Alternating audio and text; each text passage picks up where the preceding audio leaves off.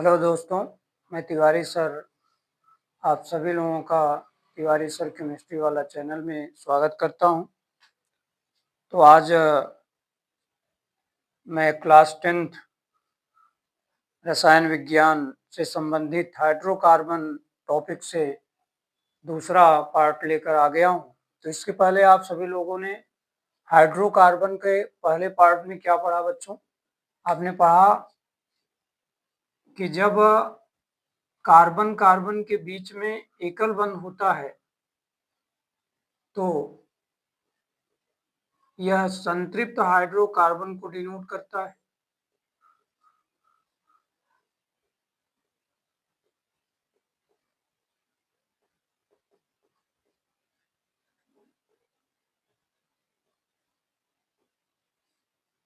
और जब carbon carbon के बीच में डबल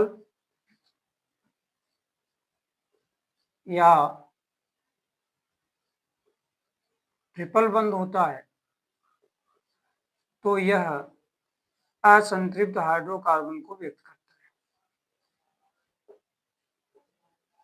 यही पढ़ा था बच्चों, याद है ना?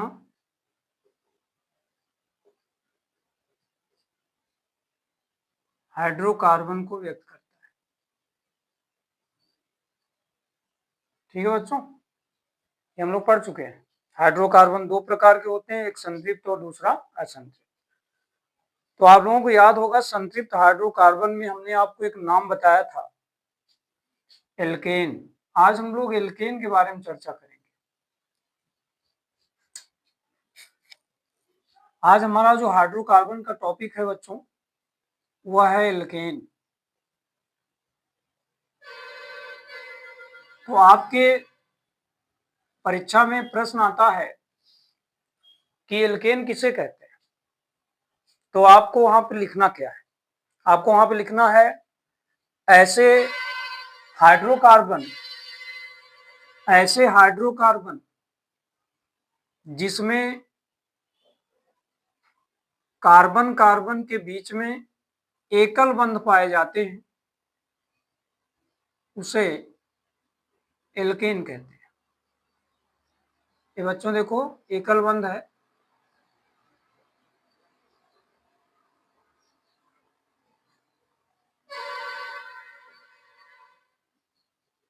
ठीक है। तो जिस हाइड्रोकार्बन में मेरे प्यारे बच्चों, जिस हाइड्रोकार्बन में कार्बन कार्बन के बीच में एकल बंध होता है उसे एल्केन कहा जाता है। अब प्रश्न यहां पर यह उठता है कि इस एल्केन के यौगिकों का फार्मूला निकाला कैसे जाए। तो उसके लिए एक सामान्य सूत्र आपको याद रखना है बच्चों, एक सामान्य फार्मूला याद रखना है। और वो सामान्य सूत्र उस दिन मैंने आप लोगों को बताया भी था। याद करिए क्या बताया था? CnH2n+2 ये होता है तुम्हारे एल्केन का सामान्य सूत्र। और एक नंबर में भी ये प्रश्न आता है, आपके बोर्ड एग्जाम में एक नंबर में भी ये प्रश्न आता है कि एल्केन का सामान्य सूत्र बताइए। तो आपको वहां क्या लिख के आना है बच्चों? CnH2n+2 लिख कर आना है। अब यहाँ प्रश्न उठता है कि ये सामान्य सूत्र मैं आपको क्यों बता रहा हूं? ये सामान्य सूत्र इसलिए बता रहा हूं क्योंकि इसी सूत्र की सहायता से हम लोग एल्केन के एक से अधिक यौगिकों का फार्मूला निकाल सकते हैं। आइए मैं एक दो यौगिक का निकाल के बताता हूं आपको। जैसे अगर तुमसे ये कहा जाए कि n बराबर 2 के लिए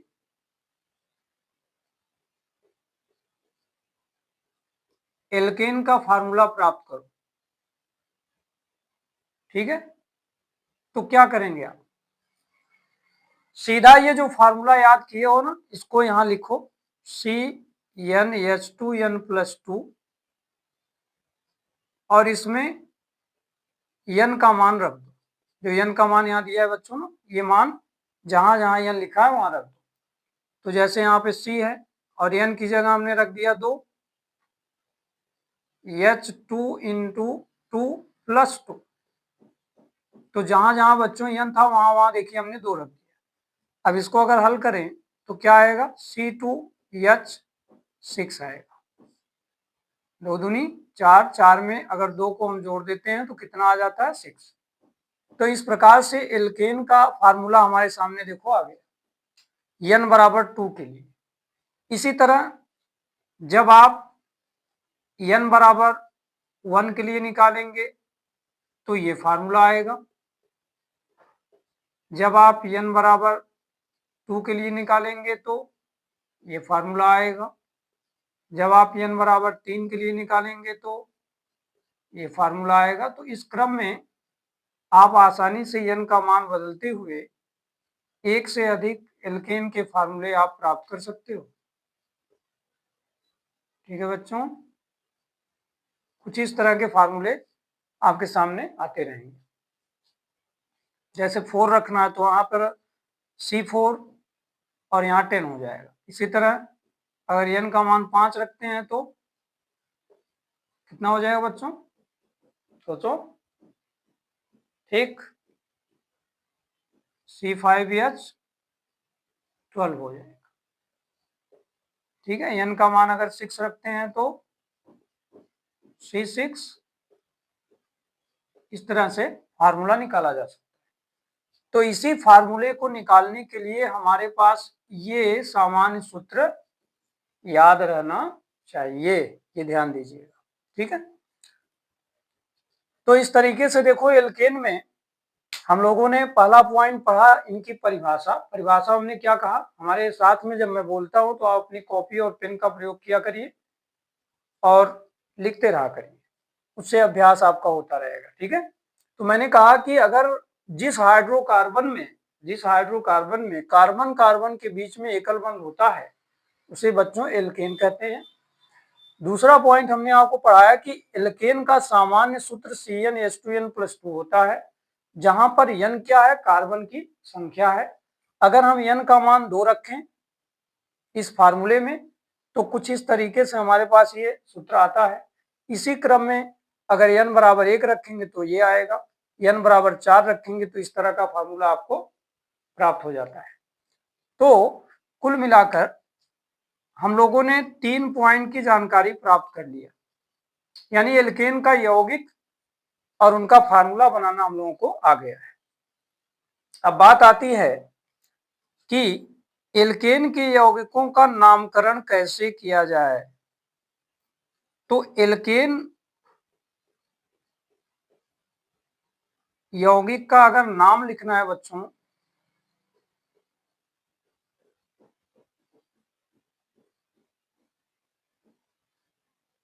तो उसके लिए आपको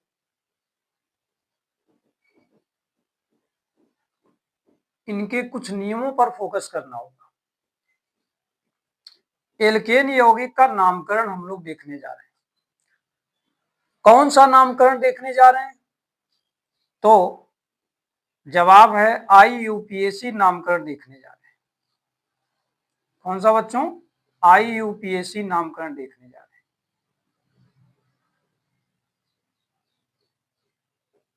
और एल्केन यौगिकों का IUPAC नामकरण करने के लिए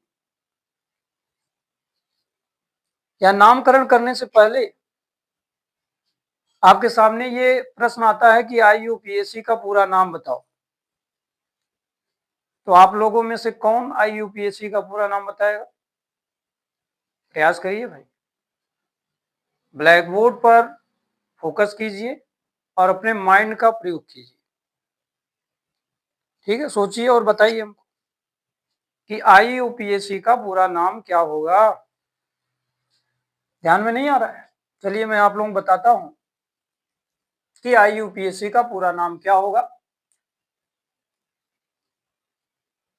देखो बच्चों, यहां पर I का अर्थ होता है इंटरनेशनल,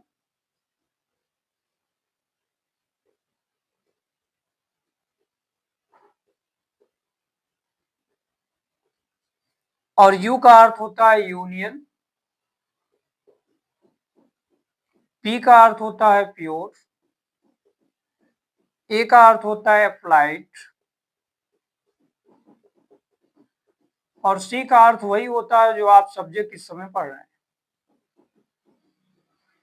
तो इस प्रकार से बच्चों IUPAC का पूरा नाम बनता है international union of pure and applied chemistry. ठीक है बच्चों,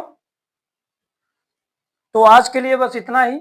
आप सभी लोग बोर्ड एग्जाम की तैयारी मेहनत से करते रहिए, टाइम टेबल बना के पढ़ते रहिए और हमारे वीडियो को निरंतर देखते रहिए और नई नई जानकारियां प्राप्त करते रहिए। इसी प्रकार हमारे इस चैनल को लाइक और सब्सक्राइब करते रहिए। धन्यवाद।